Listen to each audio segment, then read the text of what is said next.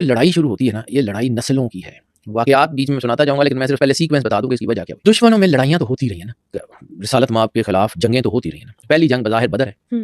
بدر میں 70 شہید جو ہے نا، مطلب بدر میں شہادتیں جو ہوتی ہیں 70 لوگ مکے کے سردار مارے جاتے ہیں جن کو، اور 70 میں سے 38 جو ہیں، 70 میں سے 38 یعنی آدھے سے زیادہ وہ صرف مولا علی کی تلوار سے مرتے ہیں. احد میں جو ہے وہ 400 لوگ مرتے ہیں دشمن کے لشکر میں، اور 400 میں سے 287 صرف مولا علی کی تلوار سے جو ہے وہ مارے جاتے ہیں. خندق میں 40 لوگ جو ہیں وہ دشمن کی فوج کے مرتے ہیں. تو 40 میں سے جو 28 ہیں یا کچھ لوگ 29 کہتے ہیں وہ صرف مولا علی کی تلوار سے جو ہے وہ مارے جاتے ہیں. تو ہر گھر کا کوئی نہ کوئی بندہ تو علی نے مارا ہوا تھا نا. تبھی تو مولا امام حسین علیہ السلام کا سر جب کٹنے کے بعد نیزے پہ بلند ہوتا ہوا یزید کے دربار میں پہنچتا ہے، تو یزید امام حسین علیہ السلام کے لب مبارک پہ چھڑی مار کے کہتا ہے کہ آج میرے اگر بڑے زندہ ہوتے تو دیکھتے کہ میں نے بدر اور احد کا بدلہ لے لیا ہے. تو جناب جو ہے وہ جناب ارقم رضی اللہ تعالیٰ عنہ وہ عظیم صحابی ہیں، انصاری صحابی ہیں کہ جن سے رسالت مآب نے یہ گھر خریدا تھا جہاں پہ آپ کی رہائش تھی، وہ دار ارقم کہلاتا تھا. ٹھیک ہے. اور جناب ارقم کے جو بیٹے ہیں، مجھے ایگزیکٹلی یاد محمد بن ارقم ہے یا کچھ اور نام ہے، وہ یزید کے دربار میں موجود تھے. تو جب انہوں نے یہ دیکھا کہ یزید جو ہے وہ مولا امام حسین علیہ السلام کے لب مبارک پہ چھڑی مار کے کہہ رہا ہے، تو تڑپ اٹھے. تڑپ کے کہا کہ یزید یہ تو کیا کر رہا ہے، میں نے ان لبوں کو رسول اللہ کو چومتے ہوئے دیکھا ہے اور تو جو ہے وہ جہنم میں جائے گا. تو جب انہوں نے یہ جملے کہے تو یزید نے تیش میں آ کے اپنے جلاد کو کہا کہ اس کو قتل کر دے. تو جناب محمد بن ارقم ہیں یا کچھ، وہ دمشق کے دربار میں شہید کیے گئے صرف مولا امام حسین کی پاداش میں. کربلا کا مائنڈ سیٹ آپ کو سمجھنے کے لیے اس دشمنی کو سمجھنا پڑے گا جو دلوں میں پختہ تھی. عرب اپنی دشمنیاں نبھانے والے لوگ تھے. سرکار حمزہ کی شہادت کی وجہ کیا بنی؟ عتبہ اور شیبہ کا قتل. عتبہ اور شیبہ جو تھے وہ ہندا کے جو ہے وہ باپ اور بھائی تھے اور 3 لوگ تھے. قتل کس نے کیا تھا؟ مولا علی اور حضرت حمزہ نے. حضرت حمزہ کے قتل کی وجہ کیا بنی؟ وہی خاندانی دشمنی، اور وہی جو ہے وہ نسل در نسل جو وہ مقابلہ اگر نہیں کر پائے تب بھی نسل در نسل وہ زہر تو جو ہے وہ ٹرانسفر ہوتا رہا ان کے خلاف. یہی وہ وجہ تھی، یہی ان کے اسباب تھے کہ جس نے کربلا کے سانے کو روکا.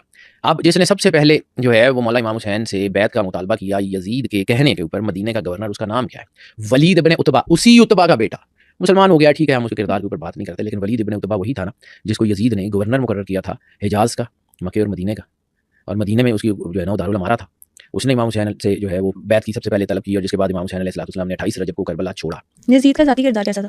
یزید کا بیٹا ذاتی کردار جو ہے نا وہ یہ ہے کہ تاریخ کی بہت بڑی بڑی کتابیں جو ہیں وہ بھری پڑی ہیں کہ وہ شرابی تھا، وہ جو ہے وہ اللہ کے کیے ہوئے حلال کو حرام کرتا تھا. بلکہ آپ کو ایک امام حسین علیہ السلام کا آپ نے ذکر کر دیا، تو حالانکہ میں نے اس کا ذکر بعد میں کرنا تھا، لیکن امام حسین علیہ السلام کے ایک خطبے کا ذکر کرتا ہوں کہ جب امام حسین علیہ السلام کو ہور نے روکا تو آپ نے وہاں پہ ایک خطبہ دیا، اور وہ خطبہ جو ہے اس کے کچھ جملے باقی تفصیل سے میں بعد میں بتاتا ہوں، لیکن کچھ میں نے اس پہ لکھ کے رکھے ہوئے ہیں، تو وہ میں آپ کو بتاتا ہوں کہ آپ کو جب جو ہے نا وہ یہ اپنے خطبہ دیا تو آپ نے کیا فرمایا کہ تم نہیں دیکھتے کہ اللہ کے حلال کو حرام کیا جا رہا ہے اور اللہ کے حرام کو حلال کیا جا رہا ہے اور حلال کو حرام کیا جا رہا ہے. تم نہیں دیکھتے کہ دنیا میں سے جو ہے وہ اچھائی ختم ہو گئی ہے اور اچھائی صرف اتنی باقی رہ گئی ہے کہ جیسے ایک برتن ٹوٹ جائے اور اس کی پیندے میں تھوڑا سا پانی باقی رہ جائے. پھر جب ولید ابن عتبہ نے امام حسین علیہ السلام سے بیعت کا جو ہے نا مطالبہ کیا کہ آپ یزید کی بیعت کریں، تو مولا نے کیا کہا؟ مولا امام حسین علیہ السلام نے کہا مجھ جیسا اس جیسے کی بیعت نہیں کر سکتا. یہ جملہ بتاتا ہے کہ اس کا کیا مطلب ہے. جب مولا امام حسین جنگ حق اور باطل کی تھی بیٹا، جب امام حسین علیہ السلام نے جو ہے وہ یہ فرمایا، تو اس میں ایک اور خطبے کے میں لفظ میں نے لکھے ہوئے مالک خطبے اور کچھ میں نے چیزیں لکھی ہوئی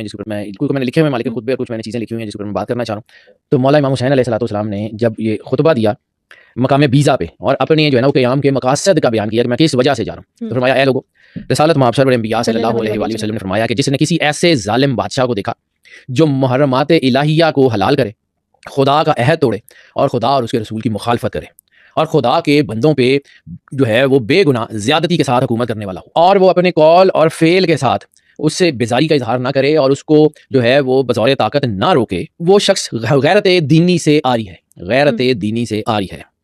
اور اس شخص کو اللہ اسی بادشاہ کے ساتھ دوزخ میں داخل کرے گا جو اس کے ساتھ ہو اور اس کے خلاف کھڑا نہ ہو.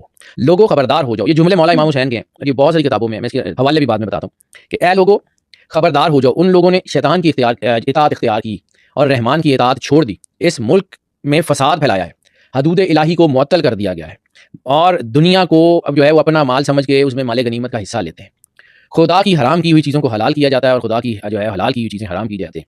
اس لیے سب سے زیادہ، اور پھر آگے آپ نے کہا کہ مجھ سے زیادہ اس بات کا حقدار کون ہے کہ میں اللہ اور اس کے رسول کے دین کی اصلاح کروں، چاہے مجھے اس کے لیے اپنی جان بھی قربان کر دینی پڑے. سبحان اللہ. یہ مولا امام حسین کے جو اپنے جملے ہیں اپنے پہلے سے تیار تھے. اب یہ شہادت تو اس وقت معلوم تھا جب امام حسین دنیا میں آئے. جناب کعب بن عبداللہ انصاری کی میں نے روایت آپ کو ایک پوڈکاسٹ میں کہ جناب کعب بن عبداللہ انصاری وہ صحابی ہیں جنہوں نے خواہش ظاہر کی تھی کہ میں امام حسین علیہ السلام کے ساتھ شہید ہونا چاہتا ہوں، اور آپ پھر احد میں شہید ہو گئے.